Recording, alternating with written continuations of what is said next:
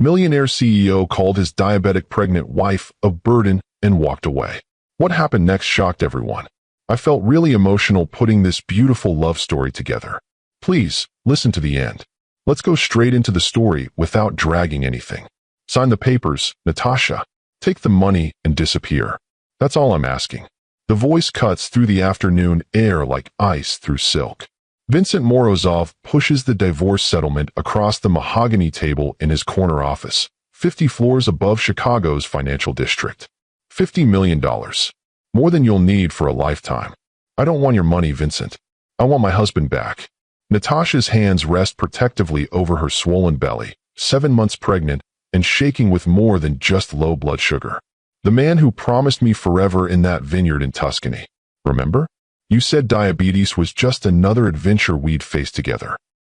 That was before you decided to risk everything with this pregnancy. Before you chose potential motherhood over definitely staying alive. Before you became. He stops, but the word hangs there anyway. Say it. Say what you've been thinking for months. Say it to my face, you coward. A burden. You've become a burden, Natasha. On my time, my focus, my future. Every board meeting I miss for your medical appointments. Every night I spend watching you check blood sugars instead of checking portfolios. Every moment I wonder if I'll come home to find you in a coma. You're dragging me down, and I won't let you. These are your children I'm carrying. They're potential lawsuits. They're future medical expenses. They're everything I worked to escape when I clawed my way out of poverty. I won't go back to being that kid watching his mother die slowly because she couldn't afford proper care. I'm not your mother, Vincent, and you're not poor anymore. No, but you're making me weak. And weakness is something I can't afford. Let me tell you about what happens when fear dresses itself up as logic and calls itself practical. When a man worth $900 million discovers that all his money can't buy him courage. When a woman finds out that the life growing inside her is stronger than the life falling apart around her. But before you judge Vincent Morozov too harshly, before you write him off as another heartless billionaire, you need to understand something. This isn't just a story about a man who failed at love. This is a story about what happened when that failure came back to haunt him in ways he never imagined. When the universe decided to teach him that some burdens are actually blessings in disguise. And if you think you know where this is going, I promise you don't. Because what Natasha Volkov did after Vincent walked out that door would reshape not just their lives, but the entire pharmaceutical industry. Sometimes the best revenge isn't served cold. Sometimes it's served at exactly 98.6 degrees, with a side of justice no one saw coming. 6 months before that brutal conversation, Vincent Morozov was on top of the world. His biotech company, Nexus Pharmaceuticals, had just patented a revolutionary diabetes management system. Stock prices soared. Medical journals called him a visionary. At 36, he had everything he dreamed of while growing up in a 2-room apartment in Detroit, watching his diabetic mother ration insulin because choosing between medicine and rent wasn't really a choice at all. The gala where he met Natasha was supposed to be just another networking opportunity. The Drake Hotel, black tie, Chicago's medical elite celebrating something he'd already forgotten. He was at the bar, ordering whiskey he didn't want, when he heard the crash. A server had dropped an entire tray of champagne, glass exploding across marble like expensive fireworks. But instead of the expected chaos, there was laughter. A woman in a midnight blue dress was on her knees beside the mortified server, helping collect glass shards with her bare hands. It's just glass, she was saying in accented English, Russian maybe. It breaks, we clean it up, life goes on. No one died from spilled champagne. Ma'am, please, you'll cut yourself, the server protested. I've survived worse than a little glass. Here, let me help. Vincent found himself moving toward her before his brain could stop his feet. You're bleeding. She looked up, and those green eyes hit him like a shot of adrenaline straight to his chest. Not because they were beautiful, although they were, but because they looked at him without calculation, without that measuring gaze that usually preceded someone figuring out his net worth. So I am, she said, examining her palm where a shard had indeed caught her. Do you have a handkerchief? Or is that too old-fashioned for modern millionaires? How did you know I'm a millionaire? The watch. Patek Philippe, limited edition. Either you're wealthy or you have excellent taste in theft. He wrapped her hand with his handkerchief, Noted the calluses that suggested real work, the faint scars that suggested real life. Vincent Morozov, I know who you are. Your insulin delivery system is being tested at my clinic. You're a doctor? Natasha Volkov. I run a free clinic on the south side. We serve mostly immigrants who can't afford regular health care. Diabetics who choose between food and medicine. You know, the people your company pretends to care about in press releases. That's rather harsh. That's rather accurate. But I'm willing to be convinced otherwise. Buy me a drink to replace the champagne I'm wearing, and tell me why Vincent Morozov really cares about diabetics. He bought her that drink. Then dinner the next night. Then breakfast the morning after that, though nothing had happened between them except conversation that ran until dawn. She challenged everything he thought he knew about himself, his company, his purpose. You built walls out of money, she told him on their fifth date, sitting in her tiny apartment above the clinic. But walls keep things out as much as they keep you in. Philosophical for a Tuesday night. I'm Russian. We're philosophical about everything. Also drunk. A little drunk. On 2 glasses of wine. I'm a lightweight. Also, did I mention I'm diabetic? Type 1. Diagnosed at 15. Probably should have mentioned that sooner, but I wanted you to see me as Natasha first, patient second. The irony wasn't lost on him. The diabetes mogul falling for a diabetic. But Natasha wore her condition like armor, not weakness. She managed it with the precision of a Swiss watchmaker and the nonchalance of someone who'd accepted mortality and decided to live anyway. Their first kiss happened in her clinic, of all places. She was showing him around after hours, explaining how they stretched every dollar, how they made miracles out of expired medications and determination. He'd written a check on the spot. A big one. I don't want your money, she'd said. It's not for you. It's for them. You can't buy your way into my bed, Vincent. I'm not trying to. I'm trying to buy my way into being someone you could respect. Why do you care if I respect you? Because you're the first person in a decade who's looked at me and seen something worth saving. She'd kissed him then, surrounded by medical supplies and the lingering scent of disinfectant. It should have been unromantic. Instead, it was perfect. She kissed like she did everything else, with complete commitment and no apologies. This is a terrible idea, she said against his lips. The worst, he agreed, pulling her closer. I'm complicated. I'm damaged. I work 18-hour days. I work 20. I'll never fit into your world. Then I'll fit into yours. But that was a lie, wasn't it? Vincent couldn't fit into any world but the one he built from ambition and fear. The relationship progressed anyway, against all logic. She moved into his penthouse, but kept her apartment. He funded her clinic, but never visited during business hours. They loved each other in the spaces between their real lives, in the moments when they could pretend their worlds weren't fundamentally incompatible. The first time they made love was after a fight. She'd accused him of being ashamed of her. He'd accused her of being too proud to accept help. They'd screamed at each other in his pristine penthouse, her Russian accent thickening with anger, his carefully cultivated corporate voice cracking to reveal the Detroit Street kid underneath. You want to save everyone but yourself, she'd shouted. You want to be saved but won't admit it, he'd shot back. I don't need saving. Everyone needs saving. Then save me, Vincent. Stop talking and save me. He'd crossed the room in 3 strides, lifted her onto the kitchen counter, and kissed her like drowning. She wrapped her legs around him, pulling him closer, their anger transforming into something else entirely.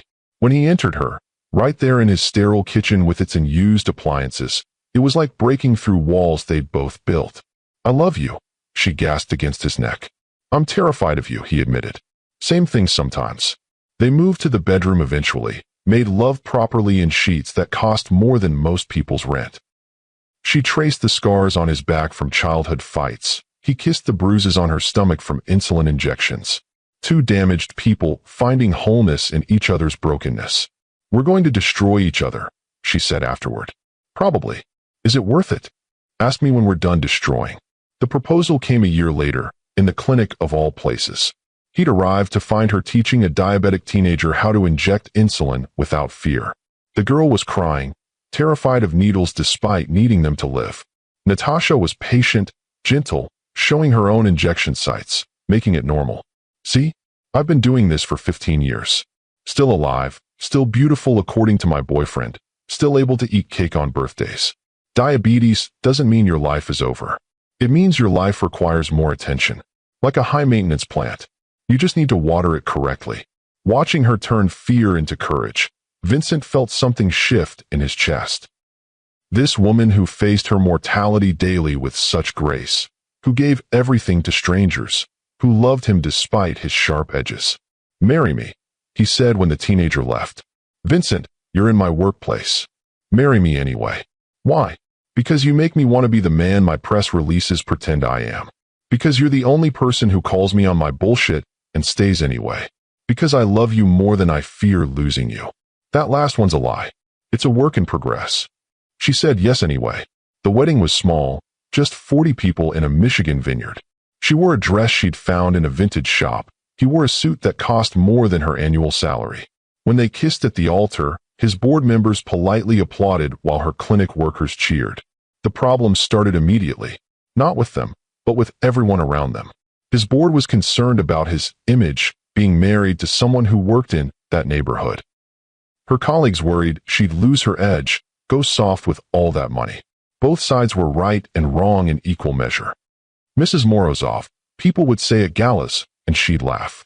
Dr. Volkov, she'd correct. I kept my name and added his.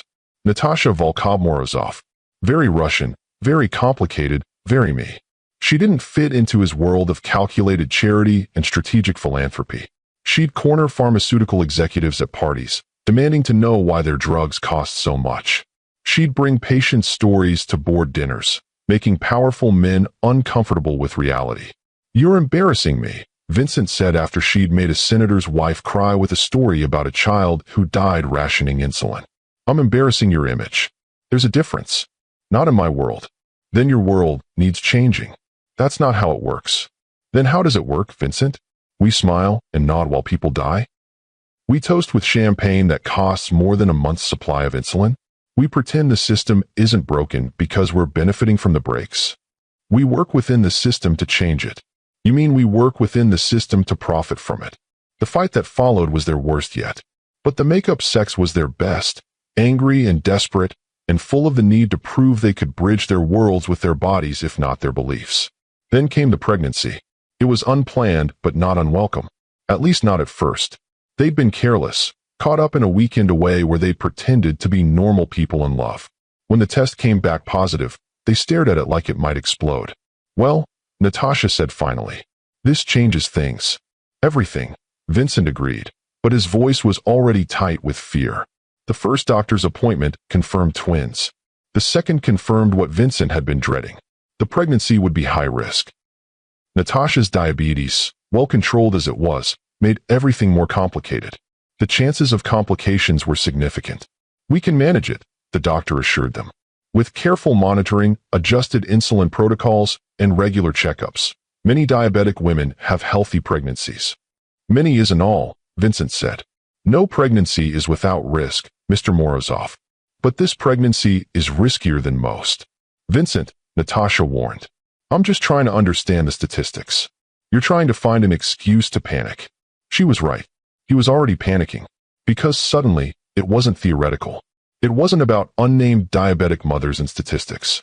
It was about Natasha, his Natasha, who could die bringing life into the world. "I want you to terminate," he said that night, the words hanging in their bedroom like a toxin. "Excuse me. The pregnancy. It's too dangerous. Your blood sugars are already harder to control. Add twins, add the stress on your body, add all the things that could go wrong. Add life, Vincent. Add our children. Add a family. I'd rather have you alive than have a family. That's not your choice to make. You're my wife. I'm a person, my own person, who makes her own medical decisions. Based on emotion, not logic. Based on hope, not fear. Hope doesn't keep people alive, Natasha. Medicine does. Statistics do. Then here's a statistic for you. 100% of people who live in fear are already dead. They just haven't stopped breathing yet." The fight escalated from there. He brought medical journals. She brought patient testimonials. He quoted mortality rates. She quoted success stories. They went to bed angry, woke up angrier, and somewhere in between, stopped touching each other entirely. The turning point came at her 20-week appointment. The ultrasound showed 2 healthy babies, developing normally. But her blood work showed something else. Her kidney function was declining, a possible early sign of preeclampsia. We'll monitor it closely, the doctor said. It might be nothing. Or it might be everything, Vincent said. In the car afterward, Natasha was quiet. Too quiet. Say it, she finally demanded. Say what? Whatever cruel thing you're thinking. Whatever justification you're building for why I should give up these babies. You could die, Natasha. Actually die. Not theoretically, not statistically, but really truly die. And for what? For the possibility of children who might not even survive. For the certainty that life is worth the risk. For the belief that love is stronger than fear. For everything you used to believe before you let terror turn you into a coward. I'm trying to protect you. You're trying to protect yourself. From loss, from pain, from the possibility that something might matter more than your money and control. That's not. It is, Vincent. And the saddest part is, you've convinced yourself it's logic. But it's just fear wearing an expensive suit. That night, she moved back to her apartment above the clinic. Still married, but separated by more than distance. Vincent threw himself into work, expanding his company's reach, as if professional success could fill the Natasha-shaped hole in his life. But if you've ever loved someone, really loved them, you know that replacement doesn't work. You can't substitute one feeling for another. You can only bury it and hope it doesn't resurrect itself at inconvenient moments. Like when he'd wake up at 3 a.m., reaching for her warmth and finding only cold sheets. Like when he'd see pregnant women on the street and wonder if Natasha was taking care of herself. Like when his mother's death date came around and he had no one to tell him it wasn't his fault she'd died poor and sick. The calls from Natasha's friend Marina came weekly, updating him despite his requests for silence. She's at 24 weeks. Babies are growing well. 26 weeks. Her blood sugar control is excellent. 28 weeks. Some swelling, but managing. He never responded, but he saved every voicemail. Played them repeatedly in his empty penthouse, torturing himself with updates about a life he'd walked away from. Then came the call that changed everything. Mr. Morozov? This is Marina. Natasha is in labor. It's too early, only 31 weeks. She's asking for you. He almost didn't go. Almost convinced himself that he'd forfeited the right. But something, maybe love, maybe guilt, maybe just the muscle memory of caring, got him in his car and racing toward Chicago General. He arrived to find controlled chaos. Natasha was in active labor, the babies were in distress, and her blood sugars were dangerously unstable. Where the hell have you been? Marina confronted him in the hallway. She's been asking for you for hours. I didn't think I had the right. You don't. But she wants you anyway. So go. Be the man she thinks you can be, just this once. He entered the delivery room to find Natasha pale, sweating, fighting through a contraction. Her eyes found his, and for a moment, neither spoke. You came, she finally managed. You called. I've been calling for months, Vincent. In every way except literally. I know. I'm sorry. I'm so sorry. Another contraction hit, cutting off whatever response she might have made. He took her hand without thinking, and she squeezed it hard enough to hurt. Good. He deserved hurt. The babies, she gasped when it passed. They're coming too early. They're fighters. Like their mother. They need to be. Because their father's a runner. Before he could respond, alarms started going off. Natasha's blood pressure was spiking. The baby's heart rates were dropping. Everything was going wrong at once. Comment below if you've ever witnessed love and fear colliding in real time, because that's exactly what was happening in that delivery room. We need to do an emergency C-section, the doctor announced. Now, Vincent, Natasha gripped his hand. If something happens, if you have to choose, nothing's going to happen. If you have to choose between me and them, I choose all of you.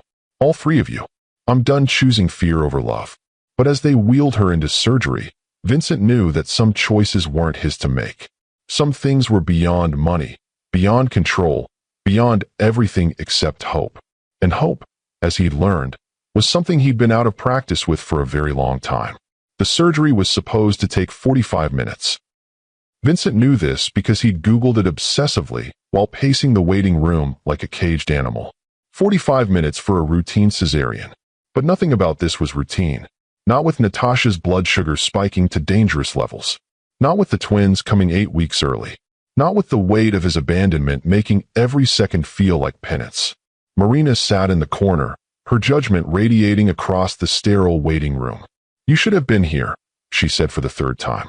"These past 2 months, you should have been here." "I know. Do you? Do you really understand what you put her through?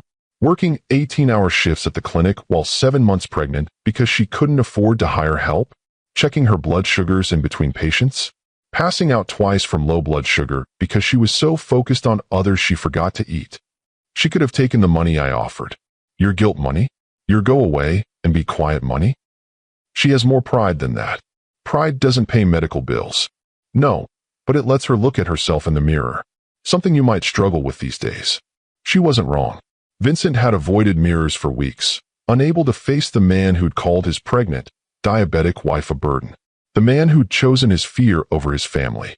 The man who'd become everything he'd once sworn to fight against. An hour passed, then 90 minutes. Something was wrong. Vincent could feel it in the way nurses avoided eye contact as they passed, in the way the air itself seemed to hold its breath. Finally, a doctor emerged. Not Natasha's regular obstetrician, but someone new, someone with the kind of face that delivered bad news professionally. "Mr. Morozov, I'm Dr. Chun, your wife." "Ex-wife," Vincent corrected automatically, then hated himself for it. "Your wife," Dr. Chun continued pointedly, "experienced severe complications during delivery. Diabetic ketoacidosis triggered by the stress of premature labor. Her blood became dangerously acidic. We delivered the twins successfully, but Natasha suffered a series of seizures immediately after." "Seizures?"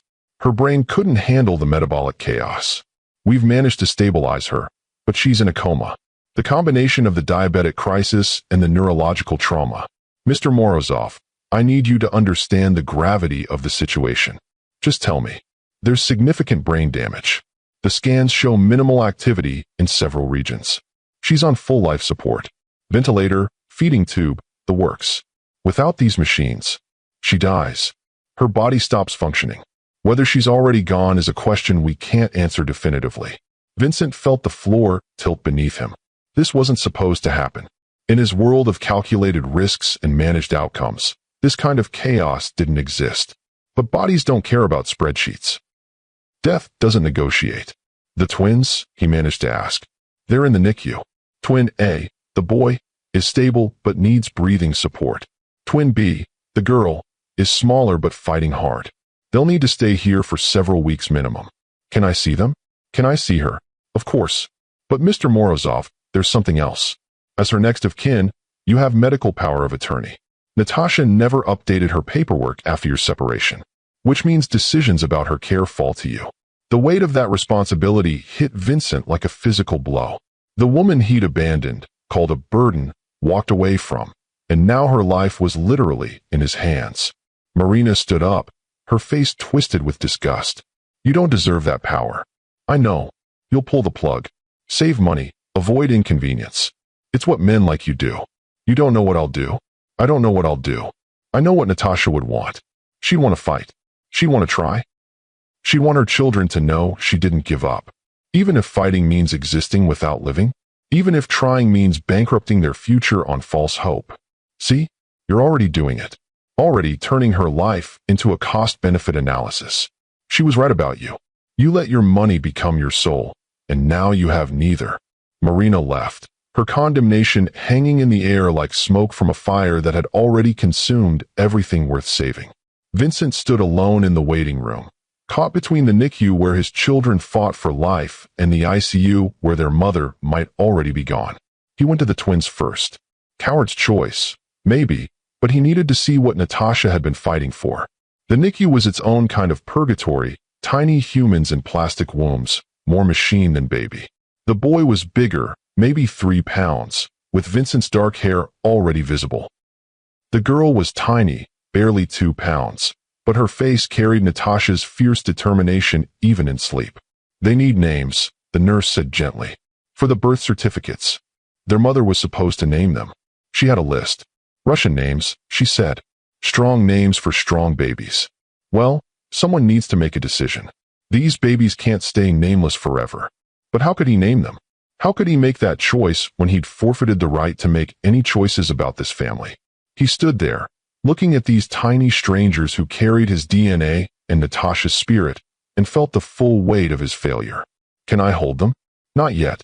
They're too fragile. But you can touch them. Talk to them. They recognize voices, even this early. Vincent reached into the incubator, his finger finding the boy's impossibly small hand. The baby gripped it with surprising strength, a reflex maybe, but it felt like a lifeline. Hello, he whispered. I'm your father. I know I don't deserve that title. I know I failed you before you were even born. But I'm here now. Too late, but here. The girl stirred at his voice, her face scrunching in what might have been recognition or might have been gas. But Vincent chose to believe it was recognition. Chose to believe that somewhere in her premature nervous system, she knew him. Your mother is. He stopped. How do you tell babies their mother might be dying? How do you explain comas and life support to beings who don't even understand breathing yet? Your mother is fighting. She's always been a fighter. You get that from her. The fighting spirit. From me, you probably got stubbornness and the tendency to run from feelings. Sorry about that. He stayed with them for an hour, memorizing their faces, their sounds, the way they moved in their sleep. Then, because he couldn't delay anymore, he went to see Natasha. She looked nothing like herself. The vibrant woman who'd challenged him in the clinic, who'd loved him despite himself, who'd carried these babies even as he called her a burden, was gone. In her place was a body kept functioning by machines. Tubes down her throat, IVs in both arms, monitors tracking vital signs that only existed because of chemical intervention. Oh, Natasha, he breathed, sinking into the chair beside her bed. What have I done? Her hand was still warm. That was the cruelest part. Warm like she might wake up any moment, might squeeze his hand back, might forgive him for everything. But the monitors showed the truth. Minimal brain activity. Functional, but not conscious. Alive, but not living. I was supposed to protect you, he said to her still form. That's what husbands do. Protect their wives. Instead, I was the thing you needed protection from. I became the villain in your story, and now I might have to be the villain again. Because someone has to decide whether you keep breathing, and that someone is me. The person least qualified to make that choice. A knock at the door interrupted his confession.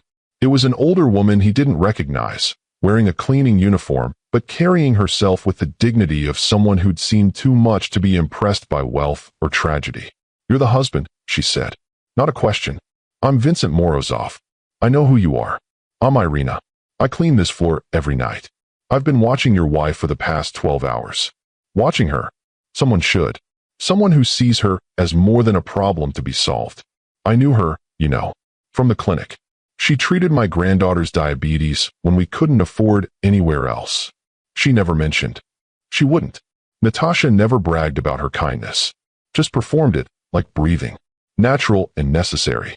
Irina moved into the room, adjusting Natasha's blanket with practiced care. You're thinking about letting her go. How did you? It's in your face.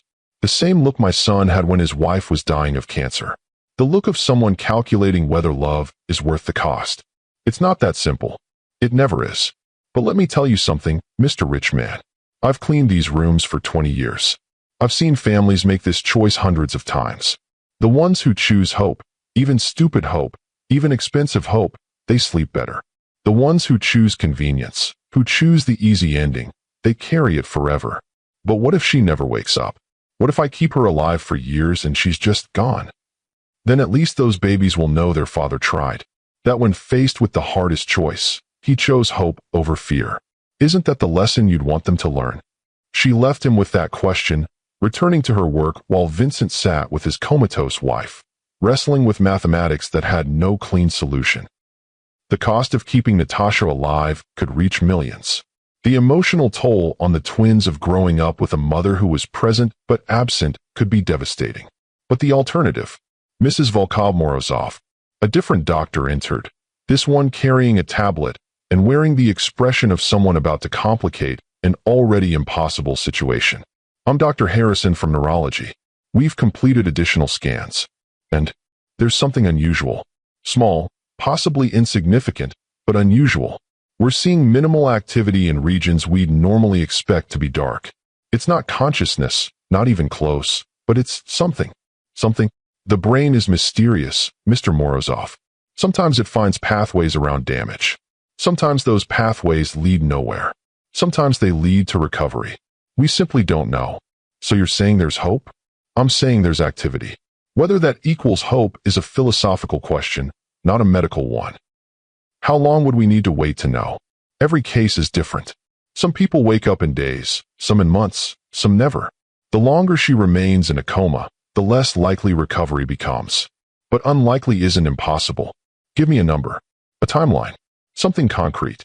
If I had to make an educated guess, if she's going to recover, we'd see signs within 6 months.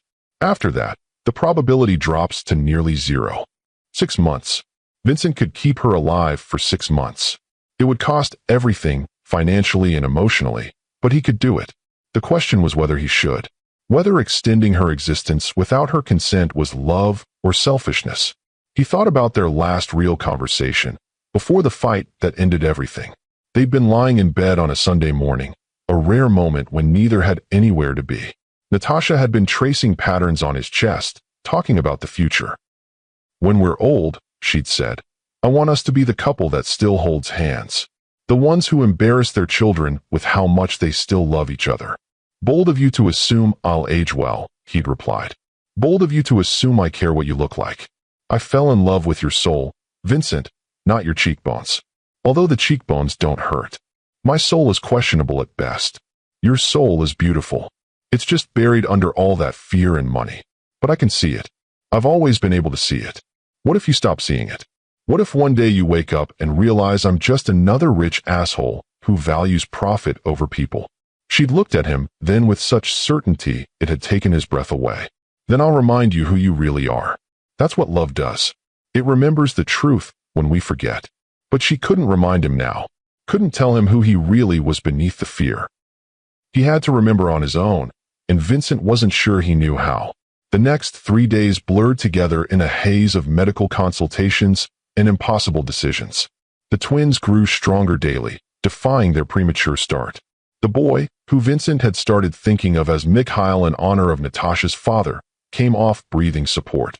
The girl, possibly Katia after Natasha's grandmother, gained weight with fierce determination. But Natasha remained unchanged. The machines breathed for her. The medicines kept her heart beating. The feeding tube provided nutrition to a body that couldn't ask for food. She existed in the space between life and death, and Vincent existed there with her. You need to go home, Marina said, finding him on day 4, unshaven and wearing the same clothes. Shower, eat, sleep in a real bed. I can't leave them or her. Both. All. I left once already. I can't do it again. This is different. This is self-care, not abandonment. Is it? Because from where I'm sitting, it looks the same. A man walking away when things get hard. Marina sat down beside him, her anger from days ago replaced by something softer. She loved you, you know. Even after you left. Even after you called her a burden. She still loved you. Love past tense. I don't know. How do you conjugate love when someone's in a coma? Present tense feels presumptuous. Past tense feels like giving up. Continuous tense. She is loving me. Even now, even like this. That's not grammatically correct. Neither is our entire relationship, but here we are. They sat in silence, watching Natasha's chest rise and fall with mechanical precision. Somewhere down the hall, one of the twins was crying. The sound pulled at something primal in Vincent's chest. Go to them, Marina said. The babies need their father. They need their mother. They have you. That has to be enough for now. But was it? Was a father who'd run from responsibility enough for babies who deserved everything? Vincent didn't know. But he went anyway, drawn by the sound of his daughter's cries. The NICU nurse was trying to comfort her, but Katia was having none of it. Her tiny face was red with fury, her limbs flailing with impressive strength for someone who weighed less than a laptop. She's hungry, the nurse explained. But she's struggling with the bottle. Preemies sometimes have trouble with the suck-swallow reflex. Can I try? Of course. Vincent took his daughter for the first time, her weight negligible, but her presence enormous. She stopped crying for a moment, seeming surprised by the change in handlers. Her eyes, when they opened, were Natasha's green. Hello, little warrior, he whispered. I'm your incompetent father. But I'm trying. He offered the bottle, and she attacked it with enthusiasm that would have been funny if it wasn't so desperate. She was hungry for life, for nutrition, for everything the world could offer, just like her mother. That's it, he encouraged as she figured out the rhythm. Fight for it. Take what you need. She drained the bottle in record time, then promptly fell asleep against his chest, tiny fingers gripping his shirt like she was afraid he'd disappear. Smart girl. He had a history of disappearing. Mr. Morozov? Another doctor, this one from the hospital's administration. We need to discuss your wife's care plan. Can it wait? I'm holding my daughter. I'm afraid not. Decisions need to be made about long-term care. The insurance situation is complicated given your separation and the costs. I'll pay. Whatever it costs, I'll pay. Mr. Morozov, we're talking about potentially millions of dollars. The ICU alone is $40,000 a day. Add in the specialists, the scans, the medications, and if she requires long-term care. I said I'll pay. For how long? That was the question, wasn't it? How long do you keep hope alive when hope costs $40,000 a day? How long do you wait for a miracle that might never come? If you've ever had to put a price on love, you know there's no number that makes sense. Either it's worth everything or it's worth nothing. There's no middle ground in matters of life and death. Comment below if you understand what I mean. 6 months, Vincent heard himself say. I'll give her 6 months. And then we reassess. But for 6 months, you do everything. Every treatment, every therapy, every possible intervention. I don't care what it costs. That's a significant financial commitment, Mr. Morozov. I've made significant financial mistakes. Maybe it's time I made a significant financial sacrifice. The administrator left with his answer, and Vincent sat with his sleeping daughter, calculating the cost of redemption. 6 months of ICU care would cost over $7 million. The twins' NICU stay would add another $2 million. Specialists, therapies, medications. He was looking at $10 million minimum. $10 million to maybe save a woman who might not want to be saved by him. But what was money compared to the weight of his daughter sleeping trustingly against his chest? What was wealth compared to the possibility that his son might know his mother's voice? What was his entire fortune compared to the chance to undo the worst mistake of his life? Your mother would think I'm trying to buy my way out of guilt, he told the sleeping baby. And she'd be right. But sometimes guilt is just love that arrived too late. And late is better than never. The dreams changed everything and nothing. Natasha's eyes moved beneath closed lids, chasing visions no one else could see, while Vincent chased hope through hospital corridors. 3 weeks became 4. 4 became 6. The twins graduated from incubators to regular bassinets, their premature beginning becoming a distant memory as they gained weight with determination that would have made their mother proud. She squeezed my hand, Vincent announced one morning, bursting into the NICU where Alexei was feeding Mikhail. I was talking to her about the twins, and she squeezed my hand. Reflex, Alexei said without looking up. The doctors told you. Coma patients show reflexive responses. This was different. This was intentional. I asked her to squeeze if she could hear me, and she did. You want it to be intentional. That's not the same as it being intentional. Why are you so determined to destroy my hope? Because false hope killed my wife. Alexei finally met his eyes. She had cancer. Doctors gave her 6 months. I spent 3 years believing every twitch was improvement, every stable day was recovery. I bankrupted myself on treatments, on specialists, on miracles that never came. She died anyway, and I'd wasted our last years chasing impossible futures instead of accepting present realities. This is different, is it? Or are you just another man refusing to let go? Vincent wanted to argue, but Katia chose that moment to projectile vomit across his shirt. Parenting had a way of interrupting philosophical debates with biological realities.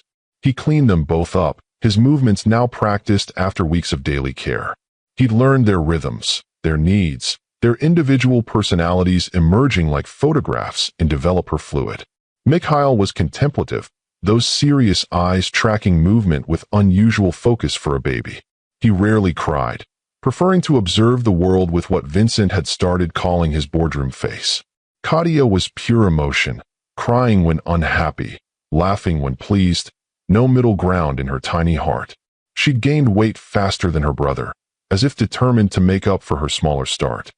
Your mother would love how different you are, Vincent told them during a quiet moment. She always said diversity was strength.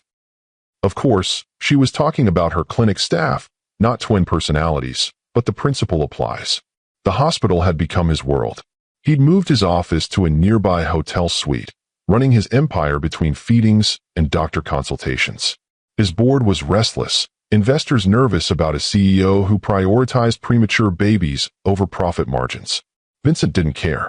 For the first time in his life, something mattered more than money. Mr. Morozov? Dr. Chen appeared in the doorway. The twins are ready for discharge. The words hit like a punch. Discharge. They've reached all their developmental milestones. 5 pounds each, eating well, maintaining temperature. There's no medical reason to keep them here. But their mother can't care for them, which means you need to make arrangements. Do you have help lined up? Nannies. Family. Vincent looked at Alexei, who was studiously ignoring the conversation. They developed an uneasy alliance over the weeks, united in caring for the twins, but divided on everything else. Alexei thought Vincent was delusional about Natasha's recovery. Vincent thought Alexei had given up too easily. Neither was entirely wrong. I'll figure it out, Vincent said. You'll need to. Premature twins require extra attention. Their immune systems are still developing.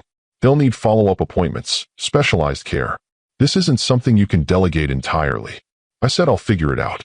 But how did you figure out raising children when their mother was 3 floors away, technically alive, but practically absent? How did you create a home for babies who'd only known hospitals? How did you become a father when you'd barely learned to be a husband? That night, Vincent sat with Natasha, the twins sleeping in their hospital bassinets nearby. He'd gotten special permission to bring them for these visits, convinced that their presence might trigger something in their mother's damaged brain. They're going home tomorrow, he told her still form. Our babies are leaving the hospital. I've hired nurses, bought everything the books recommend.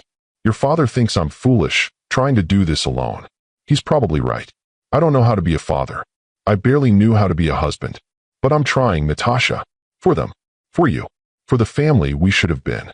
Her eyes moved beneath the lids. REM sleep, the doctors said.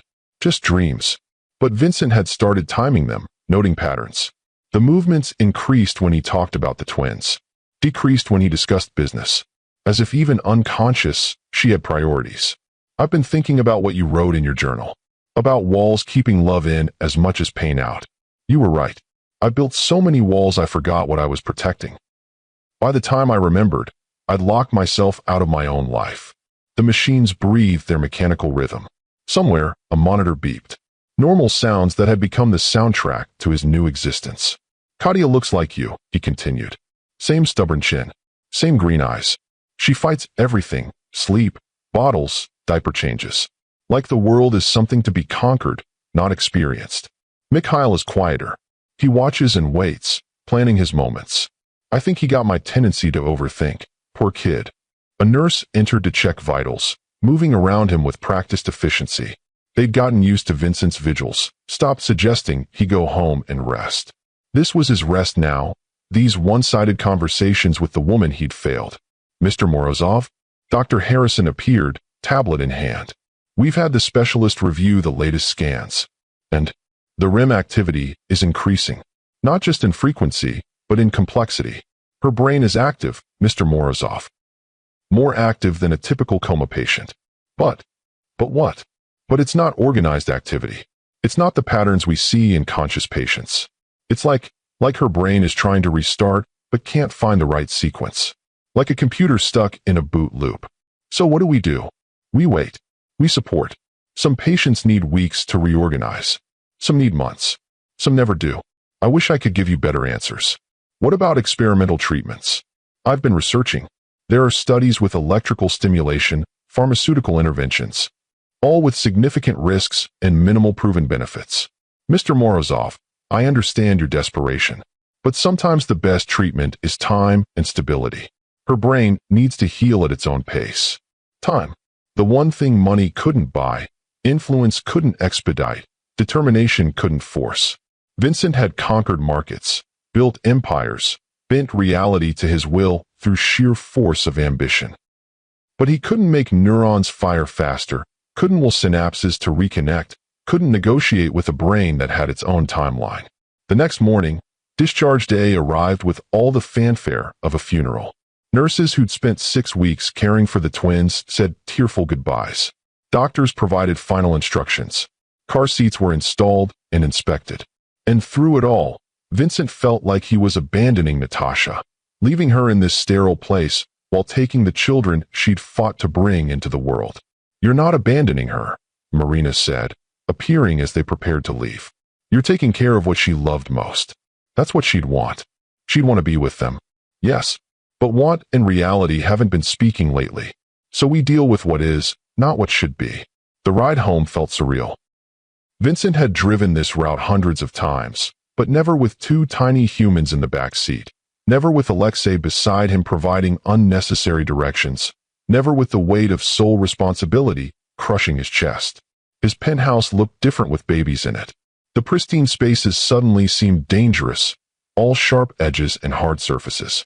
The nursery he'd had professionally designed felt cold, like a magazine spread instead of a home. The twins seemed to sense it too, both crying in harmony as soon as they entered. "They know," Alexei said. "Babies always know when something's missing. It's just a new environment. They'll adjust, like you've adjusted to life without her." "That's not fair. Fair is for children's games. This is life. These babies need more than you're equipped to give." "Then help me. Teach me. You raised 3 daughters. Show me how. You want me to fix your mistakes? I want you to help your grandchildren. Whatever you think of me, they're innocent. They deserve better than a failing father and a bitter grandfather." Alexei studied him for a long moment. Then, without a word, he picked up Katia and began walking her around the apartment, humming that same low tune that seemed to calm both twins. Vincent followed with Mikhail, trying to match the rhythm. "First lesson," Alexei said. "Babies need movement. In the womb, they're constantly rocked by their mother's motions. Static environments feel wrong to them. So we walk. We sway. We provide the movement they've lost." For the next hour, Alexei taught how to read different cries, hunger versus discomfort versus exhaustion, how to burp efficiently, how to change a diaper on a squirming infant without getting sprayed. Basic skills that Vincent's money couldn't shortcut. Natasha learned all this from books, Alexei said as they finally got both twins settled. Always studying, that one. Preparing for motherhood like it was another degree to earn. She had notebooks full of research, schedules planned, theories to test. Where are they? The notebooks. Probably at the clinic. She practically lived there those last months. Would you help me find them? I want to know what she planned, what she wanted for them. Tomorrow, tonight, you need to learn the hardest lesson, which is sleeping when they sleep. Everything else can wait. But Vincent couldn't sleep. He lay in his bed, hyper-aware of every sound from the nursery. The night nurse he'd hired was competent, professional, but she wasn't Natasha. She didn't have a mother's instinct or a father's fear. She had training and a paycheck, which suddenly seemed insufficient. By 3 a.m., he was in the nursery, dismissing the nurse and taking over. Mikhail needed a bottle. Katia needed a diaper change. Both needed holding, the human contact that no amount of professional care could replace. "I'm trying," he whispered to them in the darkness. "I know I'm not her. I know I'm not enough. But I'm here and I'm trying." Katia grabbed his finger with surprising strength, her tiny hand a reminder of how much power could exist in small packages. Mikhail finished his bottle and immediately fell back asleep, trusting as only infants could. They didn't know their father was a failure, didn't know their mother was trapped between life and death. They only knew warmth and food and the voice that had been reading stock reports to them for weeks. The next day, Alexei kept his promise. They went to the clinic, babies in tow, entering Natasha's other world. The waiting room was full despite the early hour. Immigrants with nowhere else to go, people choosing between health and rent, the invisible casualties of a system that measured worth in dollars. Dr. Volkov's husband, someone whispered, and suddenly Vincent was surrounded by people wanting to know about Natasha, offering prayers in languages he didn't recognize, pressing his hands with weathered fingers. "She saved my daughter," an elderly woman said in broken English. "Diabetes, no insurance. Dr. Volkov, she make payment plan. $1 a week. Said health is not luxury. She delivered my baby," another added. "Emergency, no time for hospital. She stayed all night. No charge. Said babies don't wait for business hours." Story after story, each one a testament to the woman lying unconscious across town. Vincent hadn't known. He'd funded the clinic but never understood what that money became. Not just medicine and equipment, but hope for people who'd run out of options. Her office is back here, Marina said, leading them through corridors that smelled of disinfectant and determination. She hasn't. I haven't changed anything. Kept thinking she'd be back any day. The office was small, cluttered, nothing like the pristine spaces Vincent inhabited. Medical journals stacked on every surface. Patient files organized with colorful tabs. And on the desk, 3 notebooks labeled baby preparation in Natasha's distinctive handwriting. Vincent opened the first with shaking hands. It was meticulous, filled with feeding schedules, developmental milestones, vaccination timelines. But between the practical notes were personal observations. Vincent will want to hire night nurses. Let him, but make sure he does at least 1 night feeding himself. He needs to know the weight of 3 a.m. responsibility. The twins should learn Russian and English equally. Papa can teach Russian. Vincent can teach the language of ambition. If something happens to me, make sure they know they were wanted. Fought for. That their father's fear was just love wearing a disguise. That last line broke something in Vincent. He stood in her cluttered office, holding her plans for a future she might never see, while their baby slept in carriers at his feet. Alexei read over his shoulder, occasionally grunting approval at his daughter's thorough planning. She knew. The older man said finally. My Natasha always knew things might go wrong. It's the diabetic's curse, living with mortality as a constant companion. But she chose hope anyway. How? How do you choose hope when statistics say otherwise? Because statistics don't raise children. Hope does. Statistics don't heal patients. Hope does. You want to know the difference between you and my daughter? You see numbers. She saw faces. Vincent looked around the clinic, at the staff who'd kept it running without their heart, at the patients who waited despite uncertain care, at the building itself that stood as a testament to one woman's refusal to accept that poverty should equal suffering. I want to expand it, he heard himself say. The clinic. Make it what she envisioned. Free care for anyone who needs it, especially diabetics. With what money? You're already spending millions on her care. I'll find it. Sell something. Liquidate assets. Whatever it takes. And who'll run it? You? Between diaper changes and board meetings. We'll find someone. Someone who sees faces, not numbers. Marina cleared her throat. I've been running it. These past weeks. Not officially, but someone had to. The patients keep coming. Then run it officially. I'll double your salary. Triple it. Whatever you need. I don't want your money, Mr. Morozov. I want your commitment. This clinic was Natasha's heart. If you're going to put your name on it, you better mean it. Not my name. Hers. The Volkov Morozov Free Clinic. And yes, I mean it. They spent the rest of the morning going through Natasha's notebooks, finding treasures in her planning. Lists of books to read to the twins. Songs to sing. Values to instill. She'd even written letters for their future birthdays, stacked in a drawer marked, just in case. Do I open them? Vincent asked Alexei. No. Those are for the twins, when they're ready. When they need their mother's words. That time isn't now. The babies woke hungry and cranky, turning the office into a nursery. Vincent changed diapers on Natasha's desk, while Alexei heated bottles in the break room microwave. Marina held Katya, telling her stories about her mother delivering babies in this very room. She'll wake up, Marina said suddenly. I know everyone thinks I'm naive, but I can feel it. Natasha's too stubborn to leave all this unfinished. Stubbornness doesn't cure brain damage, Alexei said gently. No, but it helps. I've seen her fight through impossible things. Remember when she had that severe hypoglycemic episode during boards? Came to 5 minutes before the exam started, aced it anyway. Or when she worked 3 days straight during the flu outbreak, for in one arm, treating patients with the other. Natasha doesn't quit. This is different, Vincent said. This isn't willpower. It's neurons and synapses and damage we can't quantify. Everything's about quantifying with you, isn't it?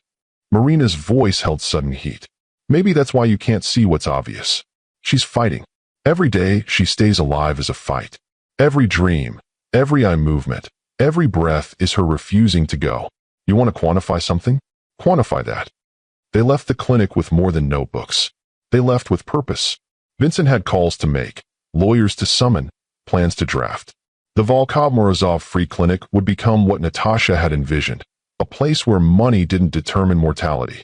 He'd sell his vacation homes, liquidate his art collection, whatever it took. You're trying to buy forgiveness again, Alexei observed as they drove home. Maybe.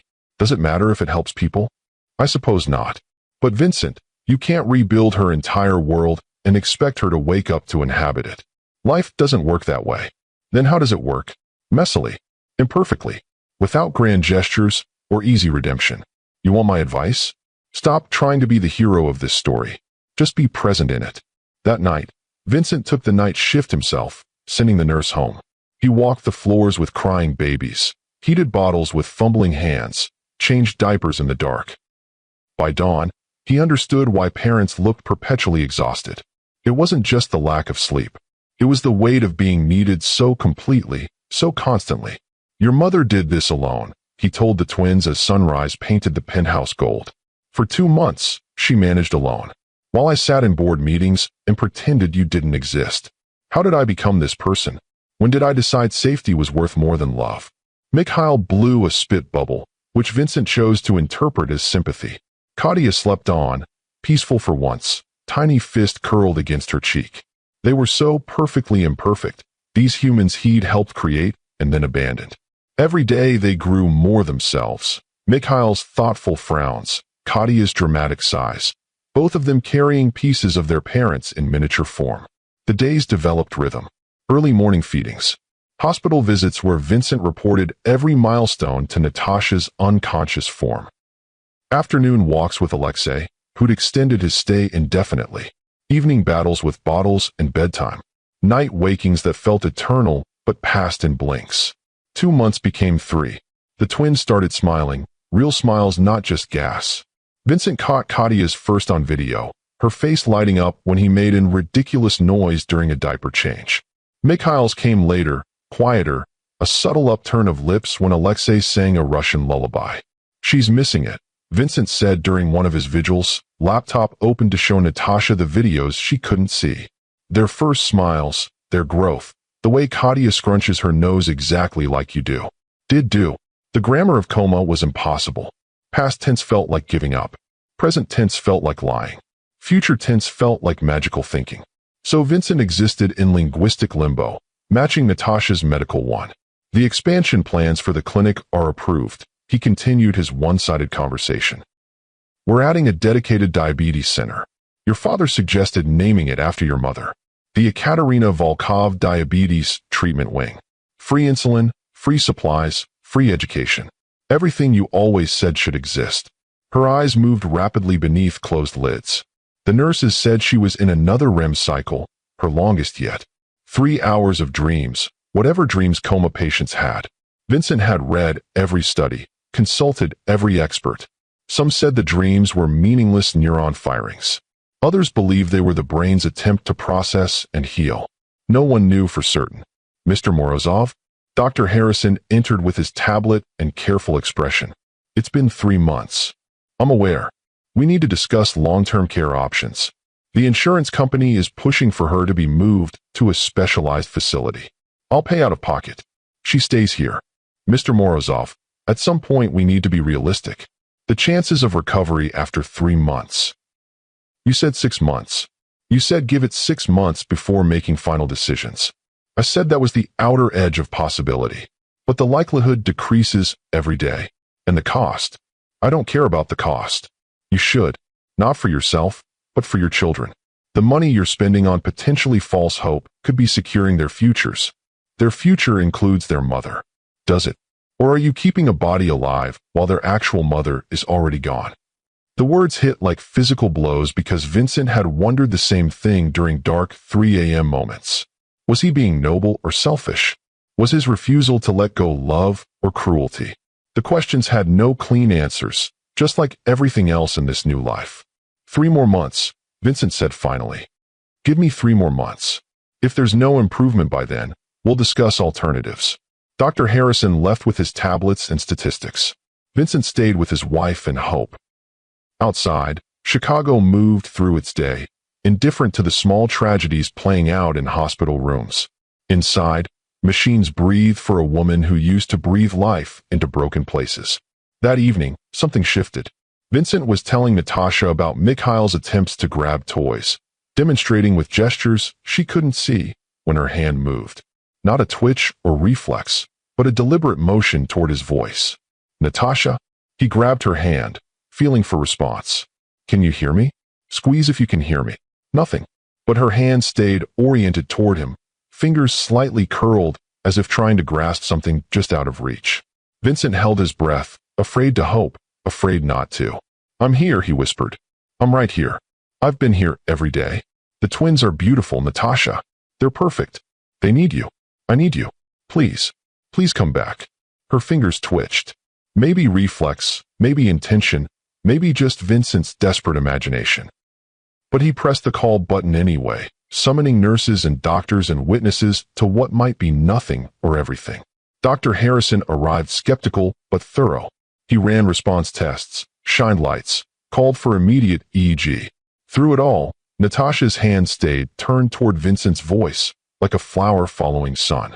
"There's increased activity," the neurologist announced after reviewing the results. "Not consciousness, not yet, but definite increased activity in the temporal lobe. She's processing auditory input more actively than before. So she can hear me? Possibly. The brain is mysterious, Mr. Morozov. We're seeing signs of heightened response to familiar voices.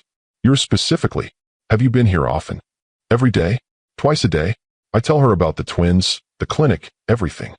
Keep doing that. If she's in there, fighting to find her way back, familiar voices might be the breadcrumbs she needs." Vincent doubled his visits. He brought the twins whenever possible, their baby sounds filling the sterile room. Alexei came too, telling stories in Russian about Natasha's childhood. Marina brought updates from the clinic. They created a cocoon of voices, surrounding Natasha with reminders of the life waiting for her return. Days passed in microscopic improvements. A finger twitch becoming a hand squeeze. Eye movements responding to specific names. Heart rate changes when the twins cried. Small signs that someone was still home in the damaged neural pathways. "She's trying," Vincent told Alexei one evening as they watched both twins sleep in the hospital room. Special permission granted for extended visits. "I can feel it. She's trying to come back. Or you're seeing what you need to see." "Maybe. But what's the alternative? Give up? Accept defeat?" That's not what she would do. "No," Alexei admitted. Natasha never accepted defeat. Even when her blood sugar crashed during her med school interviews, she insisted on finishing. Gave the best interview of her life while eating glucose tablets. The admissions committee said they'd never seen such determination. Tell her that story. Tell her all the stories. Maybe one of them will be the key. So they told stories. Every visitor, every day, adding threads to the tapestry of memory they wove around her. Vincent found himself talking about moments he'd forgotten. Their first fight over his tendency to solve problems with money. Their first shared morning when she'd made Russian pancakes and burned them spectacularly. The way she'd looked at him when he'd finally said, "I love you," without qualifying it with logic. The twins grew during these hospital days. 4 months old now, they were hitting milestones with determined precision. Mikhail could hold his head up, studying the world with those serious eyes. Katia had discovered her voice, babbling conversations with invisible friends. Both recognized Vincent's voice, turning toward him with trust he wasn't sure he'd earned. "Your children are beautiful," a nurse commented during one visit. "They have their mother's spirit. How can you tell? The way they fight. Premature babies often struggle, accept limitations. Yours push against every boundary. Just like Dr. Volkov never accepted what diabetes meant she couldn't do. She called it her superpower once. Said it taught her to plan better than everyone else. To never take a single day for granted. Smart woman. The smartest. Which is why I can't understand." Vincent trailed off, unable to finish the thought that haunted him. Why someone so smart had chosen someone so cowardly. That night, after the twins were settled at home with Alexei, Vincent sat alone with Natasha. The hospital had relaxed visiting hours for him, understanding that hope had its own schedule. He held her hand, feeling the warmth that promised nothing but refused to abandon possibility. "I've been thinking about what you wrote," he said into the darkness. "About walls keeping love in as much as pain out. You were right. I built so many walls I created a prison. And when you offered to help me escape, I chose the familiar cage over uncertain freedom." Her fingers moved against his. Definite movement, not reflexive but responsive. Vincent's heart accelerated, But he kept talking, afraid to break whatever spell was building. The twins smiled today. Both of them. Katya at the terrible face Alexei makes during bath time. Mikhail at absolutely nothing. Just sudden joy at existing. I filmed it for you. Added it to the hundreds of videos waiting. A whole library of moments you're missing. More movement. Her whole hand now, turning to grip his with weak but unmistakable intention. Vincent hit the call button, but didn't let go, didn't stop talking. I know you're in there. I know you're fighting. Take your time. We're not going anywhere. The twins need their mother. I need my wife. The clinic needs its heart. But we'll wait. However long it takes, we'll wait. Mr. Morozov? The night nurse appeared, took in the scene, and immediately paged the on-call neurologist. Is she responsive? She's squeezing my hand. Really squeezing, not just reflex. Keep talking to her. I'll get the doctor. But Vincent had run out of words. 3 months of one-sided conversations had emptied his reserves. So instead, he did something he'd never done before. He sang. Badly, quietly, but he sang the lullaby Alexei had taught him, the one that calmed both twins. Russian words he barely understood, but melody that meant comfort. Natasha's eyes opened. Not all the way, not focused, but open, searching, alive in a way that transcended mechanical function. Vincent's voice cracked, but he kept singing, watching her fight through pharmaceutical fog and neural damage to find him. Vin. The sound was barely breath, forced past the ventilator tube, but it was her voice. Her impossible, beautiful, alive voice. I'm here. Don't try to talk. Just rest. You're safe. You're alive. The twins are perfect. Everything's waiting for you. Her eyes found his, and in them he saw not just recognition, but something else. Disappointment? Anger? Love? Maybe all three, because even mostly dead, Natasha Volkov-Morozov contained multitudes. The doctor arrived, tests began, machines beeped urgency. But through it all, her hand held his, weak but present, a lifeline thrown across the abyss of coma. She couldn't speak past the tubes, could barely move, but she was there. Damaged but not destroyed. Changed but not gone. Well, the neurologist said after initial tests, this is unexpected. She's showing purposeful movement, definite consciousness. We'll need extensive testing to determine the extent of function, but, Mr. Morozov, your wife appears to be waking up. How much of her? The question escaped before Vincent could stop it. How much of her is left? That's what we need to determine. Coma recovery isn't like the movies. It's slow, often incomplete. She may have significant deficits. Speech, movement, memory. We won't know until we can do full assessments. But she's alive. Really alive, not just technically alive. Yes, against rather significant odds, Mrs. Volkov-Morozov appears to be rejoining us. The next hours blurred into a marathon of tests and procedures. The ventilator was slowly weaned, allowing Natasha to breathe on her own for the first time in months. Her throat, raw from tubes, couldn't form words yet, but her eyes spoke volumes. They tracked movement, responded to questions, filled with tears when Vincent showed her photos of the twins. They're so big, she whispered when speech finally came, her voice rusty with disuse. How long? 3 months. You've been gone 3 months. Gone. She seemed to taste the word, finding it insufficient. Not gone. Trapped. Could hear sometimes. Couldn't find way back. What brought you back? The song. Mama's lullaby. You learned it. Your father taught me. For the twins. They love it. You stayed. It wasn't a question, but Vincent answered anyway. Every day? I'm so sorry, Natasha. For everything. For leaving. For what I said. For being a coward when you needed a partner. Shoo. She lifted one trembling hand to his face. Later. Guilt later. Now, babies. Need to see my babies. Vincent called Alexei, waking him and the twins, not caring about the hour. Within 30 minutes, they arrived, Alexei carrying both carriers with grandfather strength. The babies were fussy from being woken, but their cries filled the room with life. My loves, Natasha breathed, tears streaming as Vincent carefully placed Katya on her chest. The baby stopped crying immediately, some primitive recognition calming her. My little Katya, you're so beautiful. She has your temper, Vincent said, supporting the baby since Natasha's arms were still weak. Fights everything on principle. Good. Women should fight. She turned her eyes to Mikhail in Alexei's arms. Am I serious, boy? Come here, little philosopher. They arranged the twins carefully on her chest, Vincent and Alexei supporting them, while Natasha memorized faces she'd only seen in dreams. The babies seemed to recognize her too, both calming at her touch, their breathing synchronizing with hers. Papa, she said to Alexei in Russian, then switched to English. You came. Marina called. Said my daughter was dying. I discover instead she's too stubborn to die properly. Mama's genes. Yes, she was stubborn too. Stubborn enough to live 10 years past doctors' predictions. You have more of her than you know. I'm sorry. For our fight. For the things I said. Alexei waved one hand dismissively. Daughters fight with fathers. It's tradition. The important thing is you survive to fight another day. Dr. Harrison arrived as dawn broke through the windows, finding a room transformed from death watch to reunion. His expression cycled through surprise, confusion, and what might have been joy. Mrs. Volkov-Morozov, this is unexpected. Sorry to mess up your statistics. Natasha managed, her voice stronger with use. Never apologize for beating odds.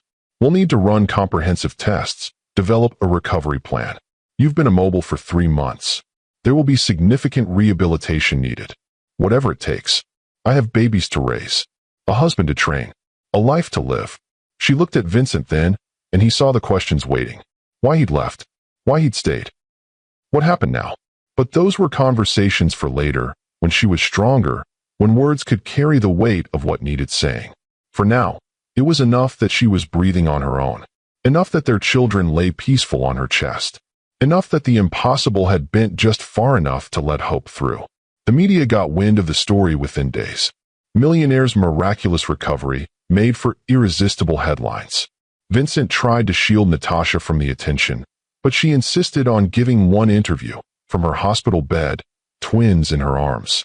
People need hope, she said when Vincent protested. If our story gives even one family reason to wait, to try, then the invasion of privacy is worth it. She spoke simply about her experience, the fragments she remembered from her coma, the voices that kept her tethered to life. But mostly she talked about the clinic, about the diabetes center being built, about the need for health care that didn't discriminate based on bank accounts.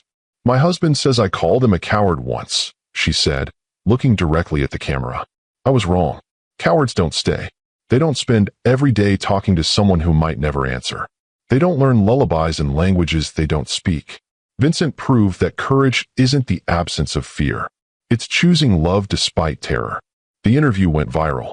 Donations poured in for the clinic. Families dealing with coma patients reached out, seeking hope.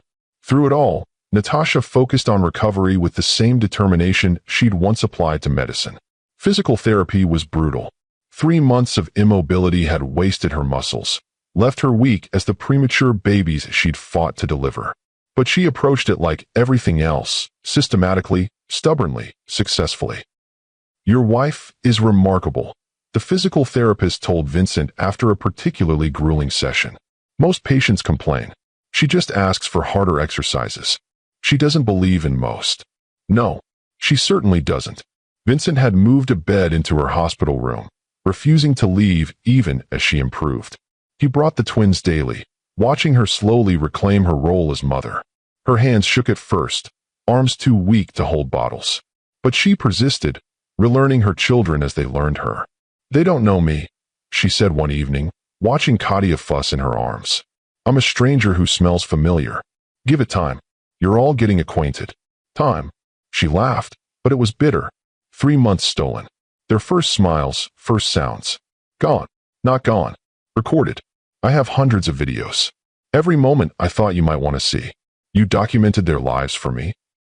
I promised myself that if you woke up, you wouldn't have missed anything important. So I recorded everything. First bath, first smile, first time they slept through a feeding. It's all there. She cried then, not the gentle tears of joy, but the ugly sobs of grief for time lost. Vincent held her carefully, mindful of still healing body, while she mourned the months stolen by biology and bad luck. I'm so angry, she admitted when the storm passed. At my body for failing. At you for leaving. At myself for not being stronger. At God for letting this happen. I'm so full of rage, I don't know where to put it. Use it. Channel it into recovery. You always said anger was just passion without direction. So direct it. When did you become wise? When I realized being smart hadn't saved me from being stupid. She laughed, real this time, and kissed him carefully. Their first kiss since before, tasting of hospital air and second chances. Weeks passed in small victories. First steps with a walker. First night without oxygen support. First successful feeding of both twins simultaneously. Each milestone celebrated like the miracle it was. The clinic expansion continued under Marina's direction, with Natasha consulting from her hospital bed. They hired 3 new doctors, all committed to the mission of free care. The Diabetes Center took shape, funded by Vincent's liquidated assets and public donations. You're going to bankrupt yourself, Natasha warned, reviewing the latest budget projections. Good. Maybe being poor again will remind me what matters. Vincent, be serious. I am. I spent so long running from poverty that I forgot why I was running. It wasn't the lack of money that killed my mother. It was the lack of access. The clinic ensures no one else dies for the same reason. And when the money runs out, then we find more. Or we scale back. Or we figure it out. But we don't stop trying. She studied him, this man who'd called her a burden and then refused to let her go. You've changed. No, I've just stopped pretending I hadn't. The day of her discharge arrived with April rain and nervous energy. For months after entering the hospital in labor, Natasha was going home. Changed, scarred, but whole in ways that mattered. The penthouse felt foreign after so long away. Vincent had baby-proofed everything, soft edges and safety gates creating a maze of protection. The twins' nursery had been redesigned 3 times, his anxiety manifesting in interior decoration. It's perfect, Natasha said, leaning heavily on her walker as she surveyed the space. Unnecessarily perfect, but perfect. I wanted it ready. For when you came home. You never doubted I'd wake up? Every day? Every hour. But doubt and action aren't mutually exclusive. I doubted, but I prepared anyway. Hope is a verb, not a feeling. Now you're definitely getting wise. They settled into a routine that accommodated Natasha's limitations. Physical therapy in the mornings. Clinic consultations via video in the afternoons. Evenings with the twins, who slowly learned their mother was more than a visiting stranger. The breakthrough came during a midnight feeding. Katia was inconsolable, rejecting bottles and comfort with equal fury. Vincent was walking her, exhausted and out of ideas, when Natasha appeared in the doorway. Give her to me. You're supposed to be resting. Give her to me. Vincent transferred the screaming baby carefully. Natasha settled in the rocking chair, movements still stiff but determined. She didn't try to feed Katia or walk her. Instead, she just held her close and started talking. Not baby talk or soothing nonsense, but real conversation. I know you're angry, little one. The world is big and bright, and nothing makes sense. You're probably wondering where I've been. Why Daddy and Dadushka have been doing everything. Why I smell like medicine instead of mother. Katia's cries softened to whimpers, green eyes fixed on green eyes. I was sick. Very sick. My body decided to throw a tantrum right when you needed me most. But I could hear you sometimes.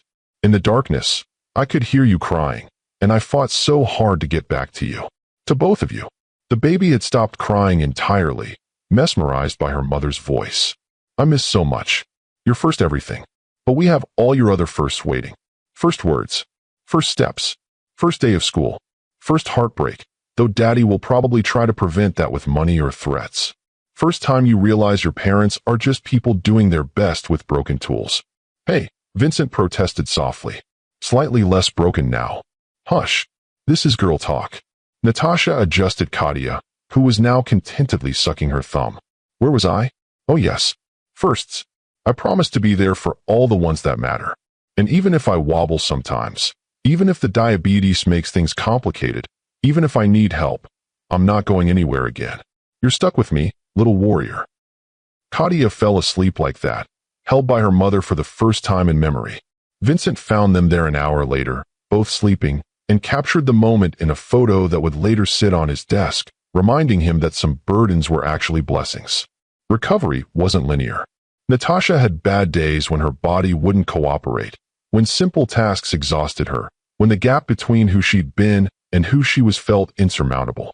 But she had more good days, days when her strength returned, when the twins recognized her laugh, when the future felt possible instead of just survivable. The clinic reopened with fanfare. The Ekaterina Volkov Diabetes Center drew patients from across the city. Free insulin, free education, free hope. Natasha insisted on attending, still using her walker but dressed in her white coat. "You're not cleared for patient care," Vincent reminded her. "I'm not treating, just greeting. These are my people, Vincent. Diabetics who choose life despite the odds. I need to see them. They need to see me." She was right. Patient after patient approached, sharing stories of rationing insulin, of choosing medicine over meals, of the fear that came with chronic illness in an acute care world. Natasha listened to each one, making notes for Marina, planning improvements.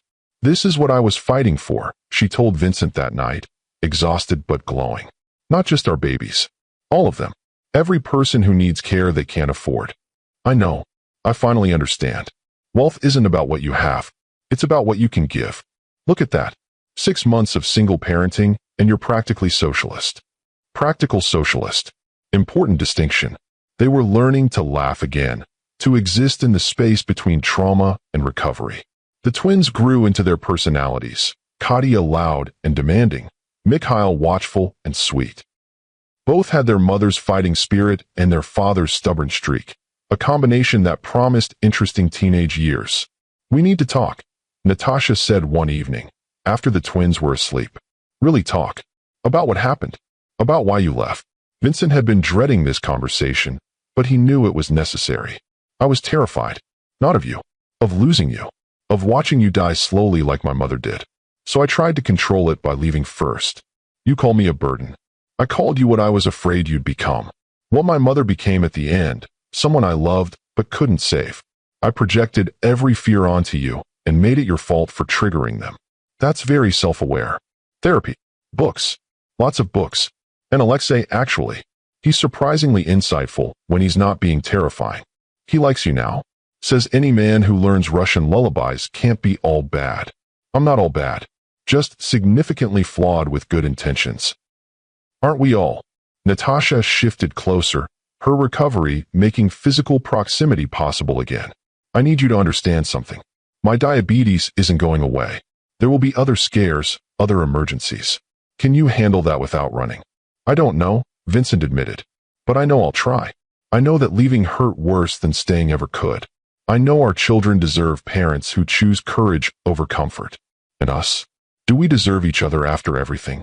Deserve is the wrong word. We're matched in our damage. You with your need to save everyone but yourself. Me with my need to control everything but my fears. Maybe that makes us perfect for each other. Or perfectly wrong. But it definitely makes us something." "Something," Natasha agreed. "I can work with something." They rebuilt slowly, carefully. Trust was harder to repair than bodies. Vincent proved his commitment daily. In midnight feedings, in therapy appointments, in board meetings where he prioritized family over profit. Natasha approved hers by including him in medical decisions, by asking for help when she needed it, by choosing to forgive what couldn't be undone. The twins' first birthday approached with the weight of a miracle. 2 lives that almost weren't, celebrated by parents who'd almost lost everything. The party was small, family, close friends, key staff from the clinic. No media, no spectacle, just people who understood the weight of survival. 1 year, Natasha marveled, watching Mikhail demolish a piece of cake with scientific precision while Katia painted herself with frosting. "We made it 1 year. Together," Vincent added. "Mostly together. Together counts more than perfect." Alexei had extended his stay indefinitely, claiming the twins needed Russian influence to balance their American softness. Really, he'd fallen in love with being Dedushka, with weekly dinners and daily video calls and the chance to be the grandfather he'd never thought he'd be. "Family," he said, raising a glass of vodka while the twins napped off their sugar crashes. "To family, blood and chosen, perfect and broken, together despite everything." They toasted, this unlikely clan bound by crisis and choice. Marina was there, having turned the clinic into everything Natasha had envisioned. Dr. Chun, who still consulted on the twins' development. The night nurses who'd become aunties. The village it had taken to survive. "I need to say something," Natasha announced, struggling to her feet. She could walk unassisted now, though she tired easily. A year ago, I almost died bringing these babies into the world. My husband had left me. My body had betrayed me. Everything was falling apart. But people showed up. Some who had to. Some who chose to. Some who came back when coming back was hard. She looked at Vincent, who was trying not to cry into his cake. Marriage is not a fairy tale. It's a medical emergency where sometimes one person has to breathe for both. It's choosing to stay when leaving would be logical. It's learning lullabies in languages you don't speak because love requires translation. Vincent and I broke our marriage. Shattered it completely. But we built something new from the pieces. Not perfect. Definitely not easy. But ours. To building from broken pieces, Marina added, raising her juice glass. To second chances, Dr. Chun contributed. To stubborn women who refuse to die, Alexei concluded, which made everyone laugh and cry simultaneously. Later, after guests had gone and babies were dreaming, Vincent and Natasha sat on their balcony, Chicago glittering below. She was tucked against him, still too thin but gaining strength daily. Do you regret it? She asked. The pregnancy? Everything that followed. I regret leaving. I regret the words I said. I regret the time we lost. But the twins? You fighting to bring them here? Never. Even though I almost died? Even though it cost everything. Especially because of that. You taught me something I'd forgotten. That life isn't about avoiding risk. It's about choosing which risks are worth taking. You were worth it. They were worth it. Even if we'd lost everything, the trying would have been worth it. You have become wise. I had a good teacher. She wrote me letters in a journal, thinking she might die. Told me truths I needed to hear. Reminded me that fear was just love in disguise. I was pretty smart for someone in organ failure. You were, are, will be. They sat in comfortable silence, two people who'd broken each other and chosen to heal together. Somewhere in the penthouse, a baby stirred, probably Katia who'd inherited her mother's inability to sleep through the night. Soon they'd go tend to her, tag-teaming parenthood like they'd learned to do. But for now, they had this moment, this balcony, this view of a city that had watched them fall apart and come together. I love you, Vincent said. Present tense. Active voice. No qualifiers. I love you too, Natasha replied. Despite. Because. Through. All the prepositions. Is that enough? Love with prepositions. It's everything. Love without prepositions is just a greeting card. Love with prepositions is a life. And that's what they built in the months and years that followed. A life with prepositions. Love despite diabetes and because of babies. Hope through setbacks and around obstacles. Joy during midnight feedings and after therapy sessions. A marriage rebuilt not in spite of its breaking, but because of what the breaking taught them. The clinic grew into a network. 3 locations, then 5, then 10. Free care for thousands who'd fallen through healthcare's cracks. Vincent's business acumen and Natasha's medical vision creating something unprecedented, sustainable charity that didn't feel like charity. The twins grew too. These miracle babies who'd entered the world too early but refused to be delayed. Katia became a force of nature, all curls and opinions and fierce protection of her quieter brother. Mikhail surprised everyone by being the daredevil, his thoughtful nature hiding a love of calculated risks. He's definitely your son, Natasha would say when Mikhail attempted some new feat of toddler engineering. She's definitely yours, Vincent would counter when Katia organized her stuffed animals into a pretend clinic. They were both right. The twins carried their parents' best and worst traits, remixed into something entirely their own. They grew up knowing their mother had almost died bringing them into the world, that their father had almost lost himself to fear, that their family was built on second chances and stubborn hope. Tell us the story, Katia would demand at bedtime, because children love stories where they're the heroes. So Vincent and Natasha would tell it, this story of breakdown and breakthrough, of a man who thought money could protect him from loss, of a woman who thought love could overcome any obstacle, of how they were both wrong and both right, of twins who arrived too early but exactly on time, of a family that broke apart and came together stronger for the breaking. And they lived happily ever after? Mikhail would ask, always needing certainty. They lived, Natasha would answer. Happily sometimes, sadly sometimes, but always together. That's not how stories end. Katia would protest. No, Vincent would agree. But it's how life continues. And continue it did. Through diabetes scares and business challenges. Through the twins' first day of school and Natasha's return to full-time medicine. Through Alexei's permanent move to Chicago and Marina's wedding in the clinic chapel. Through expansions and setbacks and ordinary Tuesdays that felt like miracles when you remembered how close they'd come to not happening. The interview requests never stopped coming. People wanted the fairy tale, the millionaire who chose love, the coma patient who woke up, the babies who thrived. But Vincent and Natasha rarely agreed to tell it, preferring to live their story rather than perform it. When they did speak publicly, it was always about the clinic, about healthcare access, about the thousands of families one medical crisis away from catastrophe. They turned their trauma into advocacy, their survival into service. We got lucky, Natasha would say. Vincent could afford to keep me alive. He could pay for specialists and private rooms and experimental treatments. But luck shouldn't determine who lives and who dies. Money shouldn't equal mortality. The Volkov-Morozov Free Clinic Network eventually served 50,000 patients annually. Free insulin for diabetics. Free prenatal care for high-risk pregnancies. Free hope for people who'd run out of options. It became a model, replicated in other cities, proof that profitable compassion was possible. But that's the large story, the one that made headlines and changed policies. The small story, the real story, happened in the quiet moments. In Vincent learning to check Natasha's blood sugar without waking her, gentle fingers and practiced movements, love as daily maintenance. In Natasha teaching the twins to see her insulin pump as superhero equipment, turning medical necessity into adventure. In family dinners where Alexei told embarrassing stories and Marina brought chaos, and the twins performed whatever they'd learned that week. In the nights when Vincent would wake in cold sweats, dreaming Natasha hadn't woken up, and she'd hold him until the fear passed. In the mornings when Natasha's body wouldn't cooperate, and Vincent would carry her to the shower, help her dress, remind her that needing help wasn't weakness. In the arguments over money and medicine, work and family, all the ordinary conflicts of a marriage that had survived extraordinary trauma. In the reconciliations that followed, because they'd learned that love wasn't the absence of conflict, but the commitment to resolution. In the annual trips to Natasha's mother's grave, where they'd leave flowers and updates, telling Ekaterina about the center bearing her name. In the birthday letters Natasha had written during pregnancy, opened each year with ceremony and tears, her past self speaking to her present children.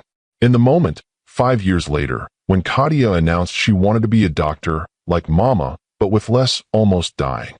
In Mikhail's quieter declaration that he'd run the business side, like Papa, but with less running away. In their laughter at being reduced to cautionary tales by their own children. In the pregnancy test Natasha took on the twins' 5th birthday, positive against all odds and recommendations. In Vincent's reaction, not fear this time, but joy tempered with caution. In their decision to try again, knowing the risks, choosing hope over statistics. In the daughter born healthy at 37 weeks, named Hope because sometimes the universe appreciates irony. In Alexei holding his newest granddaughter while the twins argued over who loved her more. In the full circle of a family that almost wasn't, now expanding beyond what anyone had dared imagine. The story could end here, with new life and hard-won happiness. But that wouldn't be honest. Life doesn't end with babies or breakthroughs. It continues, messy and uncertain, beautiful and broken. Natasha's diabetes remained a daily challenge. Vincent's fear of loss never fully disappeared. The twins grew into complicated humans with their own struggles. Hope lived up to her name, but also to her genetics, inheriting both parents' stubbornness and her mother's medical complexities. There were hospitalizations and heated arguments, business failures and family tensions. Days when the weight of what they'd almost lost made the present feel too precious to bear. Days when they took it all for granted, bickering over groceries and schedules like any ordinary couple. But through it all, they stayed. Not perfectly, not easily, but consistently. They learned the hardest lesson, that love wasn't a feeling but a choice, made daily in small acts of courage and care. Would you do it again? Vincent asked one night, years into their rebuilt life. Knowing everything that would happen? Yes, Natasha answered without hesitation. Would you? Ask me in the morning, he said, which was their joke now. Never make permanent decisions in the dark. Wait for light, for clarity, for the courage that comes with sunrise. But they both knew his answer. For all the pain and fear and near loss, they'd do it again. Because on the other side of breakdown was breakthrough. On the other side of burden was blessing. On the other side of almost dying was fully living. And that's where they were now. Fully living. Imperfectly, incompletely, but intentionally. A family built from broken pieces. A love story that included its own destruction and rebuilding. A life measured not in money or achievements, but in moments of connection and grace. The penthouse still gleamed, but now it was cluttered with children's art and medical equipment. The clinic still served thousands, but now it was run by a team who'd caught the vision. Vincent still ran his company, but profits went to purpose. Natasha still practiced medicine, but balanced with the self-care she preached. They were older, scarred by their journey, wiser for their wounds. But when Vincent looked at Natasha across their chaotic dinner table, he saw the same woman who'd knelt in broken glass to help a server. When Natasha looked at Vincent, she saw the same man who'd wrapped her bleeding hand, lost and found, and fighting to stay found. I love you, they still said daily. Present tense. Active voice. All prepositions included. And somewhere in Chicago, in a gleaming tower and a free clinic, in the laughter of children who almost weren't and the tears of patients who almost couldn't afford to be, their love story continued. Not happily ever after, but happily ever onward. Which, as their children had learned, was how the best stories went. Not ending but evolving. Not perfect but persistent. Not a fairy tale, but something better. A true story. A human story. A story of how sometimes the worst thing that happens to you becomes the path to the best thing. How breaking can lead to building. How almost losing everything can teach you what everything really means. In the end, Vincent Morozov learned that burdens were just blessings too heavy to carry alone. Natasha Volkov learned that strength included knowing when to let others be strong for you. Together, they learned that love wasn't about avoiding storms, but about choosing who you wanted beside you when they hit. And their children? They learned that families weren't made from perfection, but from persistence.